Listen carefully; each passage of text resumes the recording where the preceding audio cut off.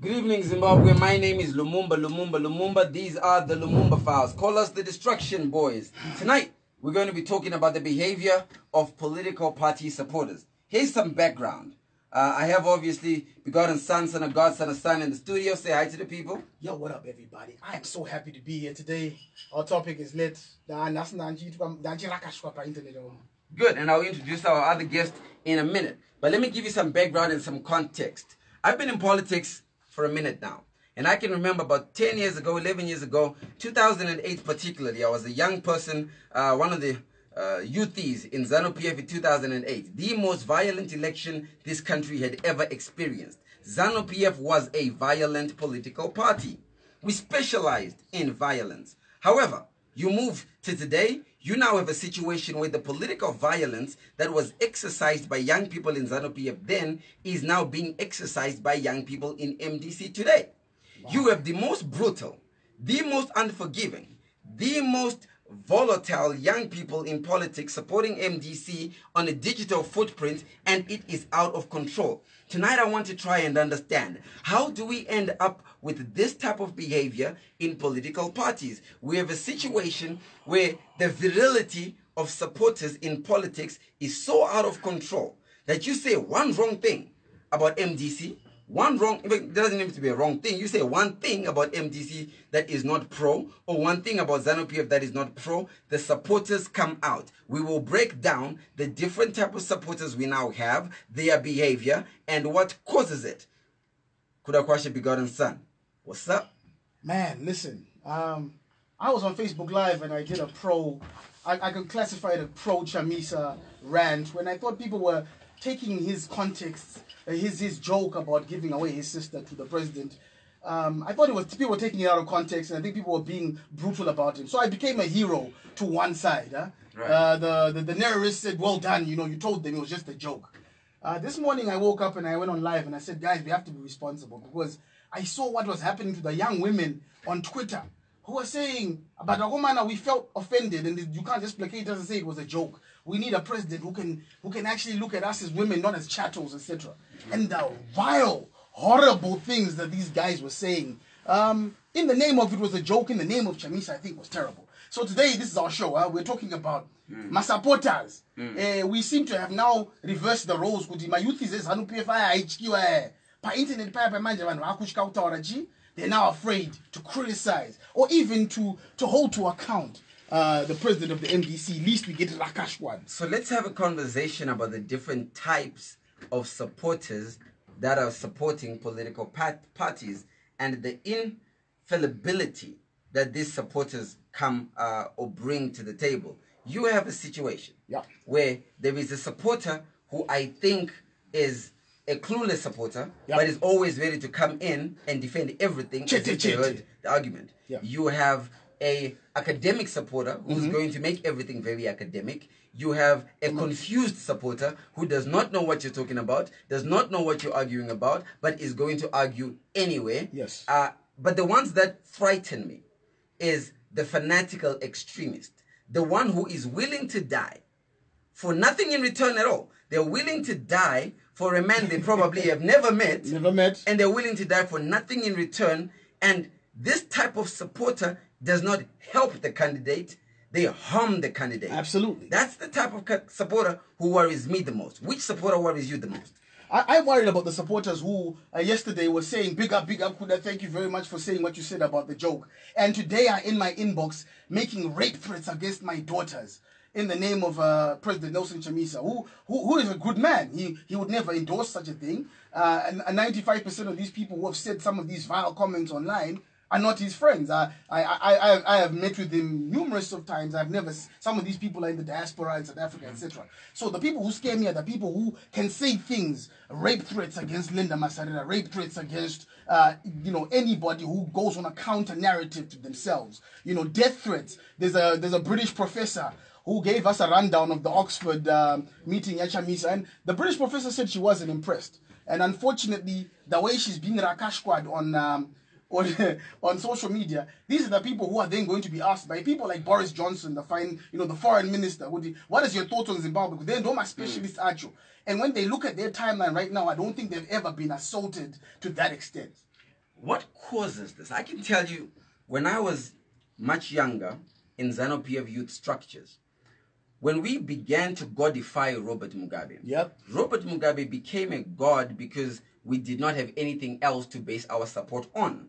We were going through a phase where we couldn't find an intellectual argument to defend the rise of MDC. Right. So when Morgan Tsvangirai, the champion of democracy, was coming into the game, he was so strong, so unexpected, caught the party off guard, that the only way we could argue with anything he said was to beat him up. Yes. The only way we could argue, we couldn't find an intellectual argument to sell, so instead we sold the man Robert Mugabe, and we sold him with our fists. Yes. This is what created the problem in ZanuPF. What do you think has created the problem in MDC? I think it's learning from the best. My brothers and sisters who are supporters of the MDC have been brutalized over the years. We're all admitting that it's been a very difficult previous years in political history. And I think by learning some of these mechanisms and this bullying tactics, it's almost the virtualization of the ZANU youthies in the current crop of young MDC supporters. I'm not going to say all of them, but there is a very toxic, ugly bunch who are currently operating online who are very mean. Now, fairly, there's a bunch of people who are classified what they say ED, or the ED supporters, who are equally as passionate about their leader. And I've also seen them sometimes come out to Rakasha, but I'm not seeing the kind of vitriol and energy that I'm seeing with some of the MDC supporters. And I think it's because they outnumber the EDs on the online. So you know what concerns me the most is we have a situation where political parties are selling their manifestos. Yep. We should be interrogating these manifestos. ZanuPF has put out its manifesto. MDC is putting out its manifesto this weekend. Yep. MDC Kuda and the other MDC will put out theirs. At no point are we having academic arguments about the content that is going to affect our price of bread. Instead, we have personal arguments about political personalities. Well, about Ambi, bleaching skin, about whether it's a joke or not a joke, whether it's sexism, whether it's not sexism. We've totally lost the plot. We should be right now dissecting the nuances of these manifestos that affect our lives. You see, one of these parties is going to be in charge of our lives and our children's lives in literally the next 3 months. They're going to be the ruling party, one of these parties. And we're in a situation now where if we do not interrogate the ZanuPF manifesto, and we don't interrogate the one that's coming, I mean,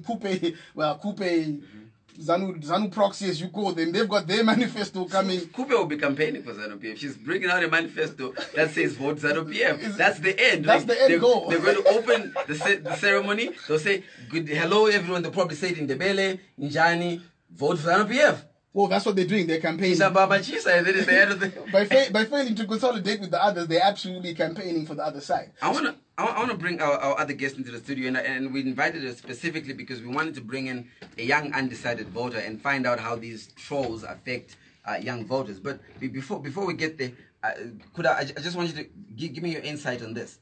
What should Nelson Chamisa be doing to either keep this going or to stop this? Because right now, I don't think this is helping him. What should he be doing to get a lead on, to put a lead on this? Well, I don't think the president has anything he can personally do. I think what he must do, though, is rein in his own top lieutenants.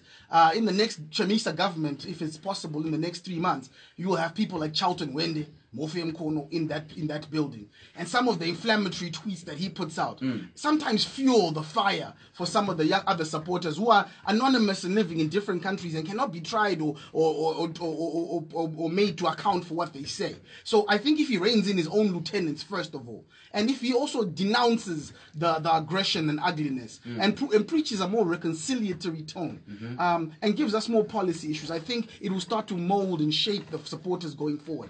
I hope that's what he does anyway. You know, what I'm very clear, and I've been a big supporter. I've been watching Chamisa for a while now, and I've liked the guy over time. But it has been so easy now to make my decision that I may like the guy, but my God, we give these guys keys to State House, and we have this hooliganism going on. It is so frightening. We take a break. When we come back from the break, I'll open the lines, I'll read comments on Facebook, go to Acie Lumumba on Facebook or the Lumumba Files to contribute, and I want us to have a conversation to those who are undecided voters that does the behavior of political party supporters affect your decision-making matrix when it comes to who you're going to vote for? We'll be right back. These are the Lumumba Files, and I am Lumumba, with the begotten son, with the political disruptors. We're back. These are the Lumumba Files. My name is Lumumba. I say it 3 times so that you're not ignorant enough to forget it. We're having a conversation. Does the behavior of political supporters affect voters? I have in the studio with me one of the girls who was very involved in raising her non-support of the comment that Nelson Chamisa made regarding his sister, who he was mortgaging to ZanuPF's president, Emmerson Mnangagwa. Welcome to ZFM studio, Natalie. Hello, Acie. How are you? Good to have you. So tell me, you haven't voted before. You're a first-time voter. How does the behavior of ZanuPF supporters or MDC supporters influence your decision-making process? Okay, basically, I am not for violence. So, judging from the attitude and the behavior that these young youths are portraying, I am terrified. I fear for the future and I fear for myself. When you want to participate, and you know, I don't want it to look like we are bastardizing Nelson Chamisa. It's just that he is very topical at the moment. You should be glad we're talking about him, because that means he's making a lot of noise. When you participated in the conversation that was going on about what the comments he made about his sister. So let's maybe start with what was your impression of the comments, and then we'll go into how did the supporters react to the other comments that came out. How did you feel about his comment on mortgaging his own sister? Okay, Acie, I respect Nelson Chamisa as an advocate of the law, and I would like to believe that he knows well enough not to speak in public like that. Hence the statement, whatever you say shall or will be used against you. And in this case, I'd like to believe that he opened a platform for people to then come and analyze him as a person and criticize him as an aspiring president. I think the whole idea of him then baiting his sister was rather strange. It came to the question that he had been asked, because initially he was asked how the MDC alliance would react if it lost the vote. So to me, he then now looks like Can I give some context though, please? So we can be fair to Advocate Chamisa in what he said. Okay. He said in a free and fair election, he has no chance that he will lose. He's so confident that if the current president is 5%, he's willing to marry off. Don't pandrat young. I've got an 18-year-old sister who wants to get married. I found that an off-the-cuff, humorous joke. I didn't feel that he was objectifying my daughters or my wife or anything.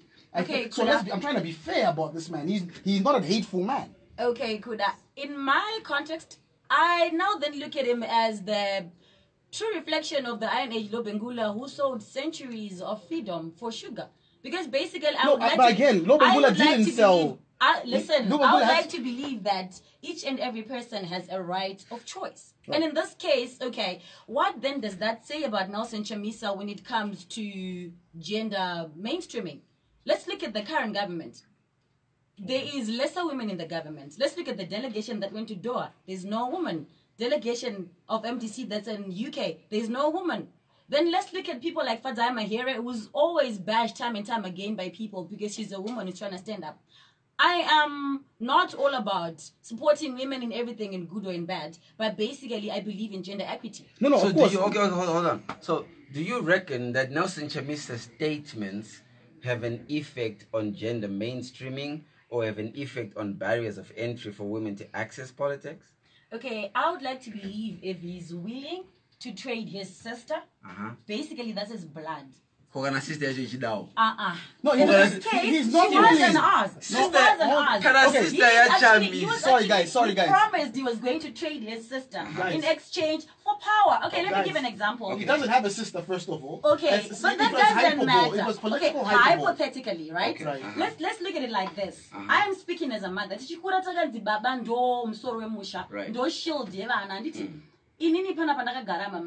let's look at it like this. King Mswati then comes and approaches Nelson Chamisa when he becomes president, and says, look here, my guy, I have a multi-billionaire deal. Yes, I have a multi-billion deal. Yeah, but I want 5 virgins in exchange. Are our daughters or our young sisters safe, considering that this guy even considered this in the first place? This is a hypothetical. Is it now butter trade season? We are past Iron Age. Now, Now that's okay, and this is exactly where the conversation begins to take its shape. Where so she has shared her view, whether her view is right or wrong, supported or not. The question then becomes, how do we react to that view? So I think if King Mswati wanted to give us $1 billion and we had to give up five of our sisters, we should give him 10. I think if Nelson Chamisa's sister wants to get married, if Nelson Chamisa wants to marry his sister to the president of the country, I can guara. Because if my sister, I will give my sister 2 to marry Emerson Mnangagwa if Emerson Mnangagwa is the president. I think it's the very concept of marriage by design, by creation, even if you look at it biblically, was to unite families. So if the concept is let's unite families by giving up my sister, there's nothing wrong with it. No, but herein comes the conversation. Okay. The conversation is not about was what he did right or was what he did wrong. The conversation is about how do we tolerate our different opinions. And now you are going to get attacked, Natalie, right after what you've just said. Well, she's being attacked now on the Facebook Live. She's being called dumb. She's being told stupid ASS. She's being called shut the F up. My God. These are various people who normally are very smart people, but are attacking you right now for your different opinion. I think this is where I jump in and I say, look, despite the fact that I felt that he wasn't being serious, I didn't feel the hyperbole was actually, I don't think he meant to his heart. As a leader of the biggest party, as a potential statesman, as an international statesman, I believe he should have apologized for the issue so we can move on from it. So we can understand the nuances and the issues that some women like yourself are facing. And I'm sorry that you're facing some of this abuse, but this is what is happening in our country. We are very polarized. And if people think that you're against their candidate, they are going to attack you in this way. Do you understand? So I then wonder, where is the right to vote then? Do you like Nelson? Do we actually have rights? I've always been for the notion chinja maitiro because I want change. Right. I am advocating for change. But after these chauvinistic remarks, I actually wonder where we stand as a country. Like, so where will is you our vote? future So going? will you vote for the other side, or will you not vote? Is my question. Trying to ascertain, does the behavior of the supporters affect yours, or does it not? Well, considering the way these people are now bashing everyone, it then makes you wonder what type of a government is going to come as soon as he gets into power, considering the people that are surrounding him are now becoming hooligans. It's now so scary to say anything on social media, but it's actually supposed to be a platform where we air our views. I believe we live in a free and a fair country whereby there is no censorship of press and whereby we are allowed to speak out. I mean, just last week we were bashing the VP, so why is it so hard for them? Got it. So Kuda, you've been on public record criticizing President Emerson Mnangagwa's cabinet, President Emerson Mnangagwa's decision, and his governance style, which would then make the natural assumption that should you have to make an syllogism on your vote, you're taking it somewhere else that is not to Emerson Mnangagwa. Absolutely. But here you are. You're not going to vote for ZanuPF because you've been talking about everything you don't like about them, and then you go to the other side. You're in the process of running a campaign which has been involved in having conversations with the alliance, and you get there, and how has been your treatment on the other side? Has ZanuPF treated you better? Okay, look, or has MDC treated you better? I need to be 100% honest here in what I'm going to say. Despite my strong anti-ZANU sentiments sometimes in my presentations, I have never had my wife threatened to be raped. I've never been threatened with death. And I've never really, during the Mugabe era, there's a lot of things that happened to us. We got taken away, we got beaten, a lot of things happened. But in the recent days, that's not been happening. On the online vitriol that I'm facing right now, just for pointing out that we need leadership that can also admit that sometimes these comments can cause polarization, and we must say sorry. Just by saying that, I have received more vitriol today than I have in my lifetime. So how much of that is on the candidate versus on the behavior just of the public? Well, because I know the candidate, I know it's not the candidate himself. I don't think that's his personal behavior. But I think he's inherited a lot of legacy issues. A lot of hurt people who are now out there to hurt people. People are desperate for change. People are desperate for a new dispensation, an actual new dispensation. So right now it seems like anybody, especially like your video this morning, if you just sound a little bit like you're trying to say this guy is not a good guy, they attack you. And yet, they need to understand that sometimes giving sound advice, sometimes giving just, a different opinion does not necessarily mean that you're now discrediting their chosen candidate. Here's what I've learned in politics over time. I have learned that the greatest politicians were great not because of how many bridges they burnt. The greatest politicians were made because of how many bridges they built. Yes. The greatest countries did not become great because of how many walls or how many stones they threw at each other. The greatest countries became great because with every brick, they used it to build their country. Yes. With every opportunity they could find, they took that opportunity to work together for a better country. Yes. So we will not find a better country as a result of throwing stones at each other. It's almost as if every Zimbabwean has been given a brick and we have a choice. With this brick we have been given, do we use it to throw it at each other, or do we use this brick to build a country that is sufficient or that is conducive to all who live in it? This is what I think politics needs to start focusing on. I almost feel, I almost wish I could take Noah Manyika and make Noah Manyika lead MDC Alliance, because Noah Manyika would have put a very, very solid show in his presentation as he went out there. But that is neither my place nor my position to take. I want you guys to wrap up and tell me, what do you wish to see from politicians and their supporters, Natalie? And Kuda, you can do the same, and we'll wrap up. We've got 3 minutes.